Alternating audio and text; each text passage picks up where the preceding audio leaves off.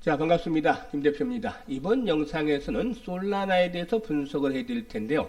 이 솔라나, 가상화폐 시장에서, 크립토 시장에서 김 대표가 가장 강력하게 매수를 강조하고 있는 종목 중에 하나였죠.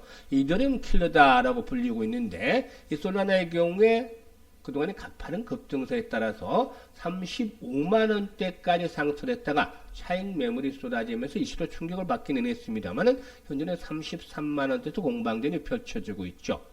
일단 뭐 중장기적인 상승 추세는 여전히 변함이 없다. 결국에는 앞자리 숫자가 바뀌게 되는 것을 보게 될 것이다. 라는 점을 김 대표가 강조를 해드려 왔습니다만은 이런 중장기적인 상승 전망을 이끌어내는 모멘텀을 분석을 해드리는 외에도 현재 개인 투자자 입장에서는 가장 중요한 게 뭐가 되겠습니까? 중요한 맥점.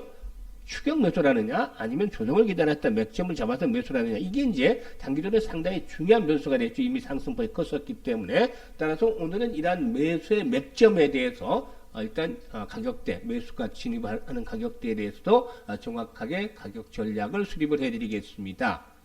이런 가격 전략 같이 세밀하게 받아보고 싶으신 분들도 계실 텐데요. 이런 분들께서는 상단에 번호 나가죠. 이 상단에 번호 나가겠습니다만 이 번호로 개인 신상정보 노출하지 않고 해서 솔라나라고 오늘 솔라나 분석을 해드리기 때문에 솔라나라고 문자 하나만 주시면 같이 이런 정확한 매매 타이밍들을 받아보실 수가 있겠습니다.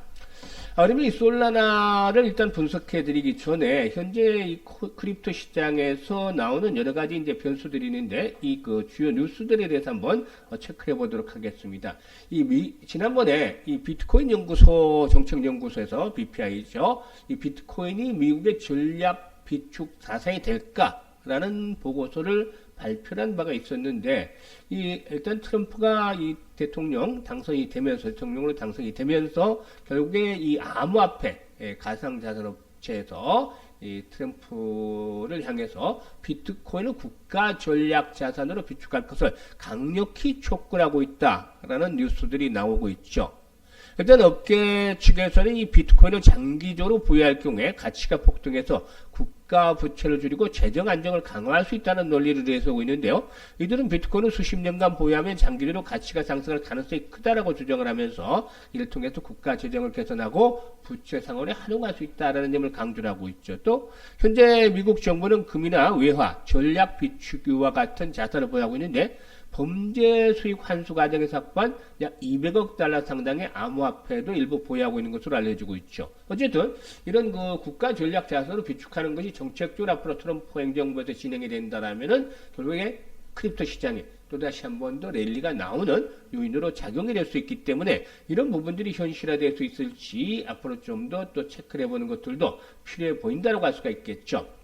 이런 가운데서 이제 솔라나에 대해서 이제 본격적으로 분석을 해보겠는데, 솔라나의 경우에는 지난 2022년도였죠. 이 FTX 사태로 인해서 당시 이제 8달러까지 추락을 했습니다만은 현재는 뭐 2,500% 정도 저점 대비 어마무시한 상승 추세를 보여주면서 아주 회복세를 빠르게 나타내고 있다고 볼 수가 있겠습니다.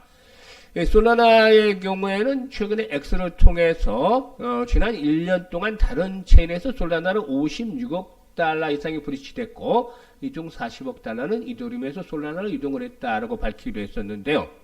일단 이 부분에서 봤을 때 전체적으로 이 솔라나의 위상이 점차적으로 높아지고도 있다라고 볼 수가 있겠습니다. 특히나 이 솔라나에게는 블록체인 사상 최초로 덱스 월간 거래량이 1,000억 달러를 돌파한 것이다라고도 알려지고 있는데 그만큼 일단 솔라나의 입지가 점차적으로 강해지고 있다라고도 볼 수가 있는 것이겠죠.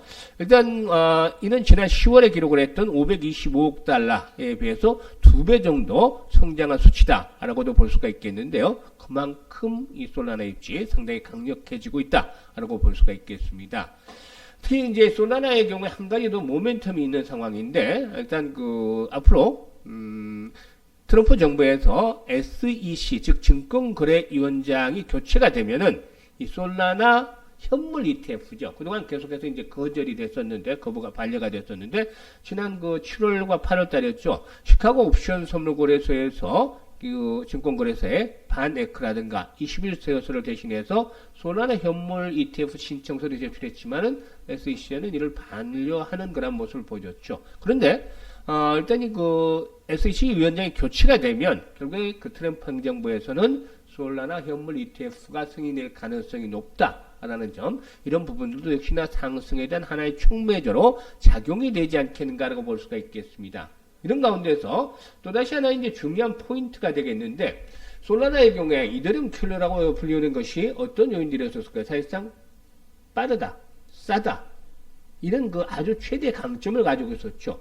그럼에도 불구하고 이 솔라나의 경우에 그동안 이더리움을 제대로 추격을 하지 못했던 것들이 네트워크 다운이라든가 여러 가지 부분들이 있어서 안정성에 있어서 상당히 좀 주목을 끄는 그러한 모습들을 보여줬죠. 또 안정성이 이렇게 뒷받침이 되지 못했다는 점이 문제였습니다만은, 이 안정성을 확보하기 위해서 파이어 댄스를 업그레이드를 하고도 있죠. 파이어 댄스를 업그레이드를 하고 있는데, 파이어 댄스를 업그레이드를 하면은 트랜잭션도 향상되는 모습을 보여줄 것이고, 또 샤딩도 지원이 될 것이고, 그리고 또 이런 네트워킹 개선이라든가 여러 가지 장점들이 있겠는데, 결국에는 일단 그 솔라나의 경우에 파이어 댄서의 업그레이드가 일단 현재 올해 말에서 내년 초 정도로 아마 기대가 되고 있는데, 특히나 메인넷의 경우에는 2025년도에 이렇게 파이어 댄서 업그레이드가 되면서 결국에 동사의 안정성을 높여줄 것이다 라고 할 수가 있겠습니다.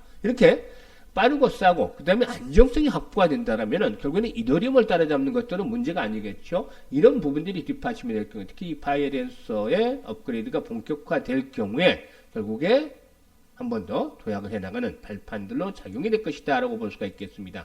그러면 이제 차트상으로 보면서 말씀을 드리겠는데, 사실 보면은 일단 차트상으로 봤을 때 한번 보고서 말씀을 드리죠.